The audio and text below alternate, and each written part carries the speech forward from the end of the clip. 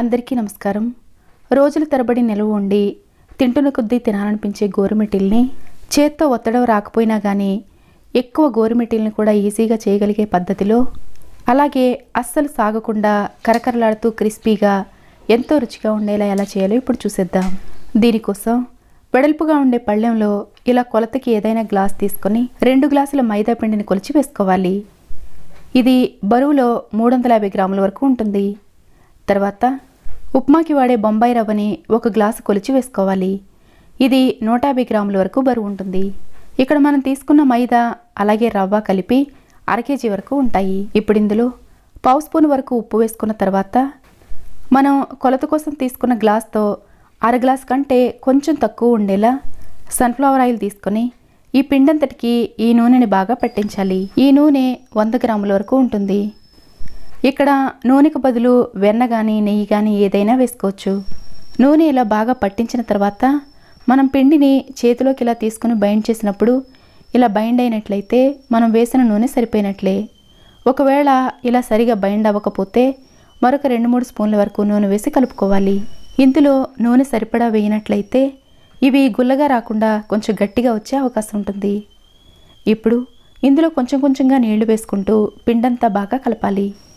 ఇందులో వేసిన ఉప్మా రవ్వ నీళ్లను బాగా పీల్చుకుంటుంది కాబట్టి నీళ్లను కొద్ది కొద్దిగా వేసుకుంటూ చెక్ చేసుకుంటూ పిండిని మరీ గట్టిగా కానీ సాఫ్ట్గా కానీ కాకుండా మీడియం కన్సిస్టెన్సీలో ఉండేలా కలుపుకోవాలి. అయితే ఇలా కలిపేటప్పుడు బాగా బలం ఉపయోగించి రవ్వంతా మెత్తగా అయ్యే వరకు కలుపుకోవాలి. పిండిని గట్టిగా ఒత్తుతూ కలిపేంత ఓపిక లేని వాళ్ళు ఉప్మా రవ్వని మిక్సీలో వేసి మెత్తగా గ్రైండ్ చేసుకొని అప్పుడు మైదా పిండిలో వేసి కలుపుకోవాలి. ఇలా కొద్ది కొద్దిగా నీళ్లను చల్లుకుంటూ రవ్వ చక్కగా నానే వరకు గట్టిగా ఒత్తుతూ బాగా కలపాలి. పిండి ఇలా కొంచెం సాఫ్ట్గా ఉండేలా కలుపుకున్నట్లయితే ఇది నానిన తర్వాత మరి కొంచెం గట్టిగా అవుతుంది. అలాగని మరీ జారుగా కలిపినట్లయితే ఇవి నూనెని బాగా పీల్చేస్తాయి. ఇలా చక్కటి పిండి ముద్దలా రెడీ చేసుకున్న తర్వాత దీని మీద మూత పెట్టి అరగంట పాటు పక్కన పెట్టుకోవాలి. ఇప్పుడు చక్కగా నానిన ఈ పిండిని మరోసారి ఒత్తుతూ బాగా కలపాలి. గోరుమిటీ చేయడానికి సరిపడినంత పిండిని కొంచెం కొంచెంగా తీసుకొని అన్ని బాల్స్లా చేసుకోవాలి. అయితే ఇక్కడ మీకు చూపించడం కోసం మొదటగా ఒకటి చేసి చూపిస్తున్నాను. కొద్దిగా పిండి తీసుకుని ఇలా సిలిండర్లా చేసి చేత్తో గోరుమిటీ షేప్లో ఒత్తుకోవాలి. అయితే ఇలా చేత్తో ఒత్తడం కోసం కొంచెం ఎక్కువ పిండి అవసరం అవుతుంది కాబట్టి గోరుమిటీలు చాలా పెద్ద షేప్లో వస్తాయి. అంత మాత్రమే కాకుండా ఇలా ఒత్తడం అందరికీ చేత కాదు కాబట్టి నాలాగే గోరుమిటీలు చేయడం రాని వాళ్ళు కూడా చేసుకోగలిగేలా మార్కెట్లో ఇలాంటి మౌల్డ్స్ అయితే అవైలబుల్గా ఉంటాయి.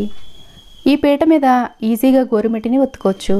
అయితే ఇలాంటివి అవైలబుల్గా లేని వాళ్ళు ఇలా పెద్ద సైజు పళ్ళుండే కొత్త దువ్వెని తీసుకొని దీని మీద చూపిస్తున్న విధంగా చేసుకోవాలి.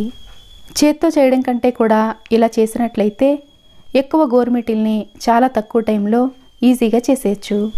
ఇలా జాగ్రత్తగా పైకి తీసి ఇలా కొంచెం అటు ఇటు మౌల్డ్ చేసినట్లయితే ఇలా అంతా ఈక్వల్గా గోరుమిటీ షేప్లోకి వచ్చేస్తుంది. అన్నీ ఈక్వల్ సైజులో రావడం కోసం ఇలా ఉండలు చేసి ఇవి డ్రై అయిపోకుండా పక్కన పెట్టుకుని ఇదే విధంగా మిగతా గోరుమిటీలన్నీ చేసుకోవాలి. ఇప్పుడు స్టవ్ మీద కడాయిలో నూనె పెట్టుకుని నూనె మరీ పొగలొచ్చే వరకు కాకుండా ఈ మాత్రం కాగిన తర్వాత అప్పుడు గోరుమిటీల్ని వేసుకోవాలి. ఇది మరీ పొగలొచ్చే వరకు కాగినట్లయితే గోరుమిటీలు లోపలి వరకు వేగకుండానే రంగు మారిపోతాయి. ఇక్కడ కడాయి పట్టినని వేసుకొని మంట లో ఫ్లేమ్లో మాత్రమే ఉంచి వేయించుకోవాలి. అయితే ఇవి వేసిన వెంటనే గరిటె పెట్టి తిప్పేయకుండా ఒక 5 నిమిషాల పాటు వేగనిచ్చి అప్పుడు కలుపుకోవాలి. నూనెలో 5 నిమిషాల పాటు బిగుసుకున్న తర్వాత ఇవన్నీ ఈక్వల్ కలర్లో వేగేలా ఇలా కంటిన్యూస్గా కలుపుతూ వేయించుకోవాలి. ఇవి పైన మంచి రంగు వచ్చి లోపల అసలు ఏమాత్రం పచ్చి లేకుండా పర్ఫెక్ట్గా వేగడానికి దాదాపు 20 నిమిషాల పాటు టైం పడుతుంది.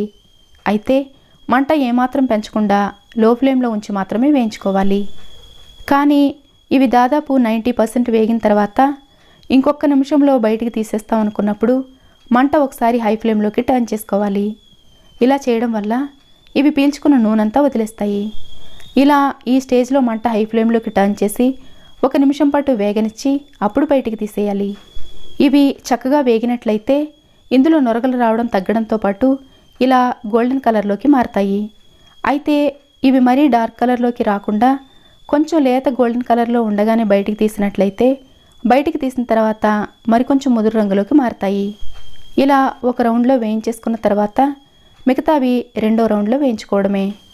అయితే కొందరు తీపి అస్సలు ఇష్టం లేని వాళ్ళు ఎవరైనా ఉన్నట్లయితే వీటిని ఇదే విధంగా సర్వ్ చేసుకోవచ్చు.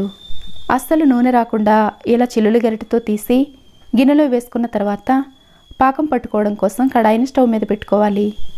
ఇక్కడ నేను అడుగు మందంగా లోతుగా ఉండే ఇండస్ వ్యాలీ స్టెయిన్లెస్ స్టీల్ కడాయిని వాడుతున్నాను. ఇక్కడ నేను వాడిన కడాయిల లింకుల్ని ఈ వీడియో క్రింద ఉండే డిస్క్రిప్షన్ బాక్స్లో ఇస్తాను, కావలసిన వాళ్ళు చెక్ చేయండి. ఇప్పుడు మనం కొలత కోసం తీసుకున్న గ్లాస్తో పంచదారని కొలిచి వేసుకోవాలి. ఇక్కడ నేను 1 గ్లాసు పంచదార కొలిచి వేసుకున్న తర్వాత రెండోది మరీ నిండా కాకుండా దాదాపు 3/4 గ్లాస్ వరకు వేశాను. ఇప్పుడు ఇందులో 1/4 గ్లాస్ వరకు నీళ్లు పోసి మంట లో ఫ్లేమ్లో ఉంచి పంచదార చక్కగా కరిగి ఉడికే వరకు కలుపుతూ ఉడికించుకోవాలి. పంచదార పూర్తిగా కరిగి ఇలా రంగు మారి ఉడుకుతూ ఉంటుంది. ఇలా రంగు మారిన తర్వాత దీన్ని నీళ్లలో వేసి పాకం వచ్చిందో లేదో చెక్ చేసుకుంటూ ఉండాలి. ఇక్కడ పాకం నీళ్లలో కలిసిపోతూ ఉంది కాబట్టి మరికొంచెం సేపు పాకాన్ని ఉడికించుకోవాలి.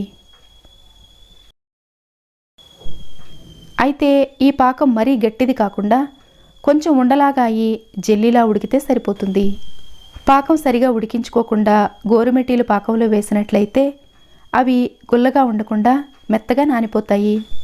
ఇలా పాకం చక్కగా ఉడికి బాల్లాగా అవుతూ నీళ్లలో కరిగిపోకుండా ఒక చోటే ఉన్నట్లయితే మనకి పాకం సరిగ్గా ఉడికిపోయినట్లే. ఇలా చేతిలోకి తీసుకున్నప్పుడు జల్లీలా చేతి మీద నిలబడితే సరిపోతుంది. ఇప్పుడు ఫ్లేవర్ కోసం ఈ పాకంలో 1/2 స్పూన్ యాలకుల పొడి వేసి ఇదంతా ఒకసారి కలుపుకొని స్టవ్ ఆఫ్ చేసుకొని గోరుమిటీల్ని పాకంలో పట్టినని వేసుకోవాలి. పాకంలో వేసిన తర్వాత పాకం సరిగ్గా అంటుకునేలా వీటిని అటు ఇటు ఒకసారి దొర్లించి ఇప్పుడు వీటిని బయటికి తీసి ఒక ప్లేట్లో చల్లారనివ్వాలి. ఇదే విధంగా మిగతావన్నీ కూడా వేసుకోవాలి. అయితే ఒకవేళ మీరు చాలా ఎక్కువ క్వాంటిటీలో గోరుమిటీలు చేసేటప్పుడు పాకం కొంచెం గట్టిగా అయిపోతూ ఉన్నట్లయితే అప్పుడు మళ్ళీ స్టవ్ ఆన్ చేసి పాకాన్ని వేడి చేసుకోవాలి. వీటిని పాకంలో వేసి దొర్లించేటప్పుడు ఊరికే గరిటెతో తిప్పేసినట్లయితే వీటి మీద పొరలు పొరలుగా వచ్చేస్తుంది.